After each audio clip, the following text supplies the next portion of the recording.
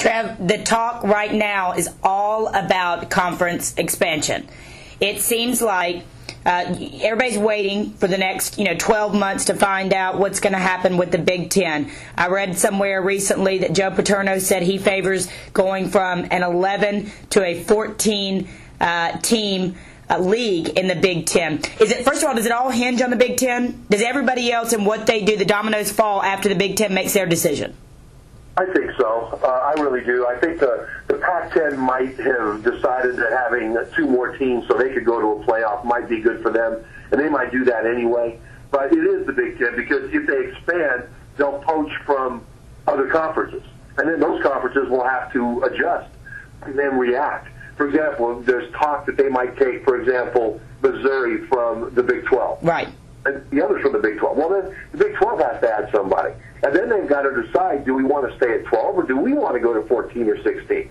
And what if the Big 12 grabs Arkansas out of the SEC because they've got the old traditional rivalries there? Right. Well, then the SEC has to react. And so there is a domino effect, and the Big 10 really does hold the switch to make that start.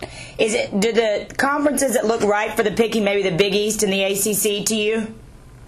Yeah, the thing about the Big East is that a team would make more money, most likely, if they went over to the Big Ten because of the Big Ten network and the way the television contracts work out. And so if the Big Ten, just as an example, I'm not predicting who's going to go in somewhere, but as an example, if they picked up Connecticut, then it would give them a Northeast market. It would give Connecticut an astonishingly different feel for college football. Because right. Now instead of South Florida coming up and Rutgers coming up, which are great programs, they'll have Penn State showing up and Ohio State and Michigan, and the feel of big-time college football will be elevated. Well, if that happens, and if they're asked to do that, they would have, I think, a lot more money coming in because of the association with the Big Ten. And so the Big East right now is in position to be poached just from a financial scenario. But also, if the Big East loses their top 2 teams to either the Big Ten or the ACC, there's only 8 teams in that conference.